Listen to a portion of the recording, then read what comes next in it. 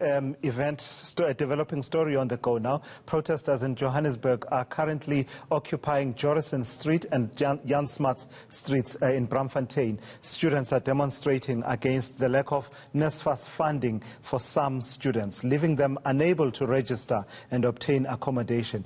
Let me take you to eNCA's Silindelo Masikane, who joins me now from Braamfontein. A lot of activity there, Silindelo, around that statue that commemorates and marks the founding of Johannesburg as a gold mining town. What is going on?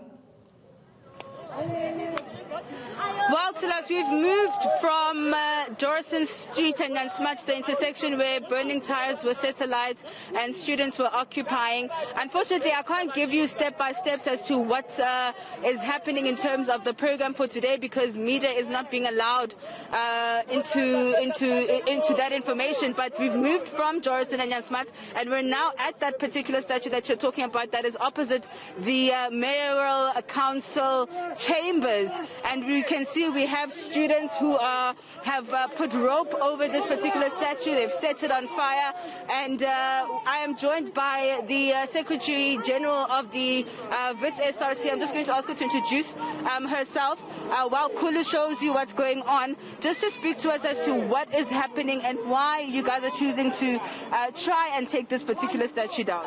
My name is Nhlonipho Malo, the Secretary General of the Wits SRC.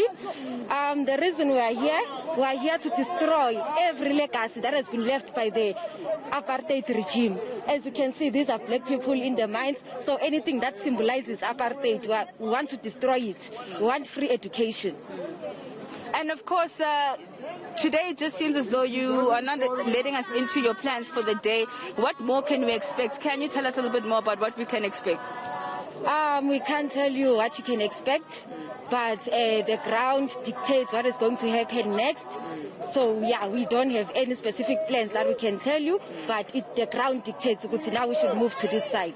So now I understand, of course, there's an issue around suspended members of the SRC, some students as well who have been kicked out of res. What is the issue around that? Yes, Zeppelin Vilagazi is suspending leaders. He's picking certain individuals which are leaders, so to ensure that these numbers don't have leaders. And what is happening is that SRC members particularly are being suspended, we are being kicked out of res because of the protest that we had when we disrupted the test. So what happened on that day is that students were writing tests, whereas others have not yet registered. So it doesn't make sense to exclude others who have not registered on the basis of financial exclusion. So we're like, they are not going to write exams and tests until everyone is in the system. So that is what happened, and we are getting suspended for that. Do we know how many leaders are being suspended or are affected? Some are being arrested, some are being suspended. As it stands, 2 are already suspended, others are still under investigation. All right, Sulas, thank you so much, ma'am. As you can see, we do have some police, or should I say JMPD intervention in terms of what is happening here. The statue is on fire, but JMPD officers have come onto the scene. They are trying to get rid of the students. They've managed to get them away from the statue that's still on fire. They've managed to get a hold of the rope. I do apologize for the shaky visuals to us. However, we are just trying to give our viewers a sense of what is happening on the ground right now. So we do have officers on the ground speaking to some of the protesters, and it remains to be seen exactly whether the statue will go down. It doesn't look like that at this point, but things are heating up here in the Joburg CBD. Yeah.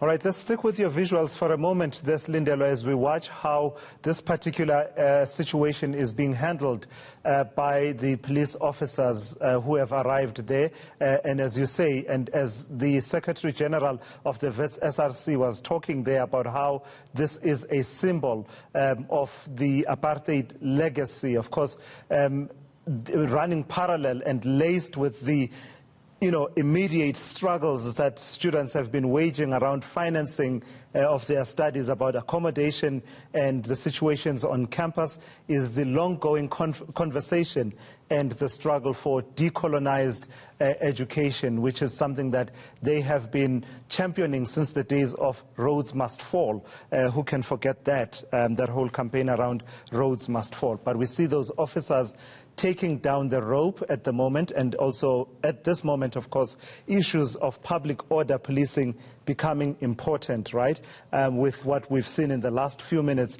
What is the response of the police officers? Is it commensurate with the level of property destruction? Because they are given the mandate to protect life and property and ensure that there's no violence during protests. So, I mean, in the wake of what we've seen in the last few days, we really do need to be watching such situations very closely. Police need to do what they need to do to protect life and property without trampling on the rights of people to be able to protest. So we'll stick with your visuals for just a moment longer, Silindelo, and then we will move on for the next few minutes.